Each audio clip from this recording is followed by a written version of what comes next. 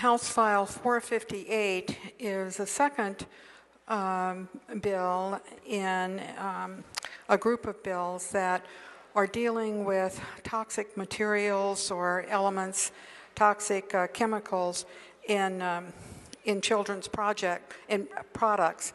And last week we heard from Senator Sieben with regard to BPA in promoting the prohibition of the sale of children's food containers that contain that chemical.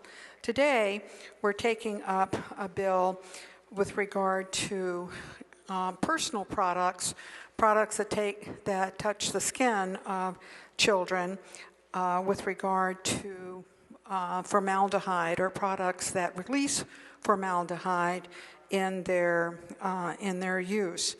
And so looking at the bill, we have defined what for purposes of this bill, what the word child means, and it was a compromise between the original bill that was offered, which was at 12 years, and those that wanted it to be set a bit younger. So 8 years is not a magic number, but it did represent a compromise.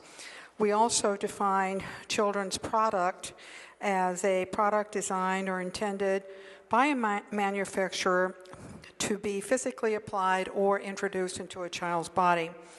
That excludes a food, beverage, dietary supplement, or a medical device, and we define that by reference to the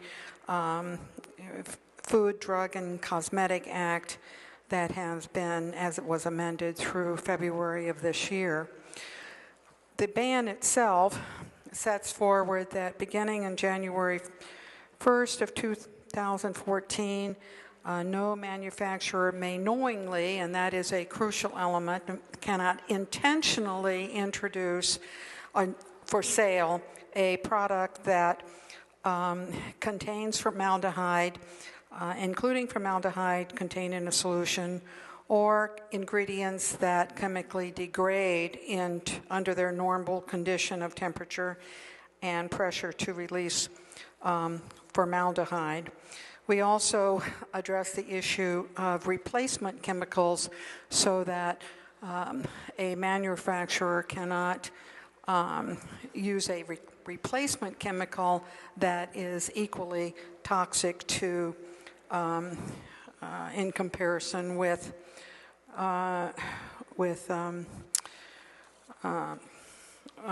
formaldehyde. We also set forward some standards to reference in with regard to these chemicals, so that for example, the standards for toy safety, ASTM refers to the American Society for Testing and Materials that creates an international voluntary consensus standards, and the language here is suggested by the Toy Industry Association to clarify that toys are not covered under this policy. That's not what we're talking about, and so forth. So, Madam President, that is the bill, and I would welcome your support.